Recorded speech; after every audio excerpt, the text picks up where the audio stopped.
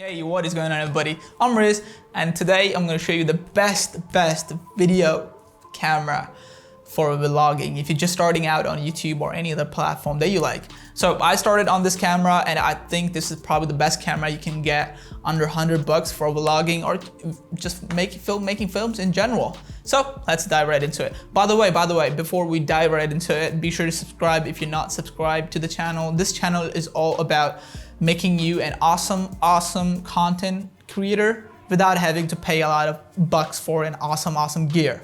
So yeah, right now I'm using a Canon DSLR that was released 11 years ago, and what do you think about the results? Is it good? Yeah. Now let's jump in.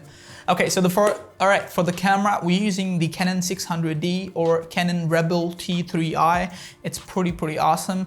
Now for the body, you can get the body for about 80 bucks, depends where you live. And the lens we're using is the kit lens that comes with the camera. It's 18 to 55 and it's f3.5. So if there is some sort of a blur, I'll show you vlogging examples. I mean, me vlogging examples, and I'll show you the audio samples as well, and I'll show you some cinematics clip that will pump you up.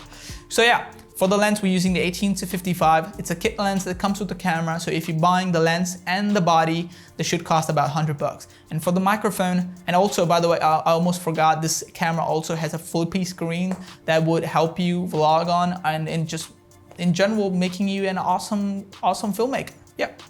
All right, so last thing, we're using the Boya BY-MM1. It's a pretty cheap microphone. This is not the Rode microphone. This is the Boya BY-MM1. So yeah, let's dive into the testings. All right, so this is the first example of me vlogging. You can check out the quality. Sure, it's not as wide as I want it to be, or like a lot of people would want to be, but you can't really expect more from a camera that costs just about 100 bucks, right?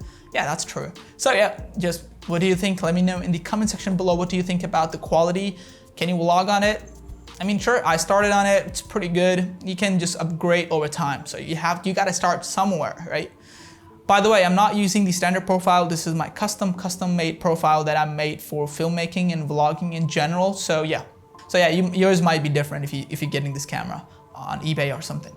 All right, so now it's time to get the audio quality. Hello everybody and welcome to the vlog. Now the only problem that I had with this camera in the audio department is the amps on these older generation DSLR camera, Canon especially. Older Canon DSLR cameras are not good. The amps are not good. By the way, I made a whole video on how you can make the audio sounds awesome. You can watch it here somewhere. I'll link that below. And also I have a video comparing this camera to my iPhone 12 Pro Max. $100 camera or $1,100 iPhone, 4K and 4K versus 1080p, yeah. So what do you think about the quality? I'll show you some cinematics at the end.